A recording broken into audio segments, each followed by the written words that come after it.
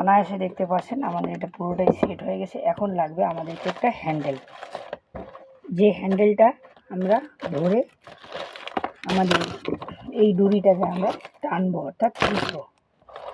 তো সম্ভবত আমার হ্যান্ডেল কভার একটা আনার কথা, নিয়ে আসার কথা ছিল, আমি দেখে নিই সেটি আছে কি ফুরিয়ে গেছে।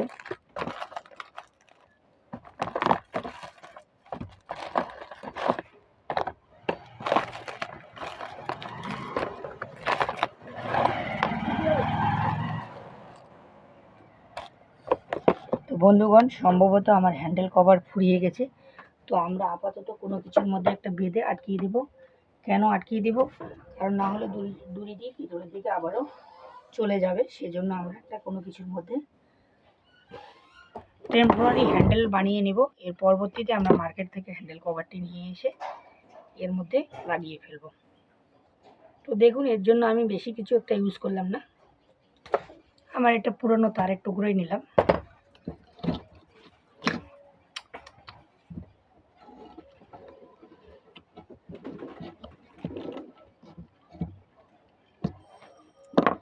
দেখতে পাচ্ছেন আমার যে ওয়্যারের মধ্যে যেটা আটকানো ছিল সেটা খুলে গেছে, আর খুলে যাওয়ার কারণে আমার পুরো কাজটাই জানি আবারও বিঘ্নিত হওয়ার সম্ভাবনা এসে গেছে। সেজন্য খুব সতর্কতার সহিত কাজ করতে হবে, কারণ এই ওয়্যারটি আগে খুলে গেল দুঃখজনকভাবে। তো আপনারা এর মধ্যে দেখতে পাচ্ছেন যে কোনো কাজকেই যেন আমরা সহজসাধ্যভাবে না নিই। তো আপনাদেরকে আমি বোঝাবার জন্য এটি করলাম। আমি অনায়াসে এটাকে আগে কোনো রকমভাবে আটকিয়ে নেব, যাতে করে আমাদের ভিতরে চলে না যায়, কারণ এটার জন্য আবার এক্সট্রা আমাদেরকে একটা হ্যান্ডেল ইউজ করতে হবে। তো যেহেতু এই মুহূর্তে হ্যান্ডেল নেই, সে কারণে আমরা এটা টেম্পোরারি আটকিয়ে রাখলাম।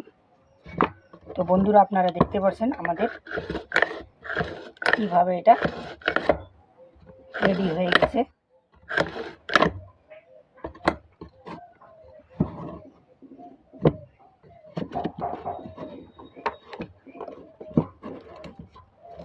তো একটু বিঘ্নিত করে ফেলতেছে, কারণ কখনো কখনো এ হুইল থেকে উঠে গিয়ে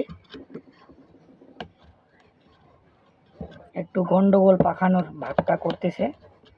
যাই হোক, যেহেতু ইঞ্জিনের মধ্যে এখন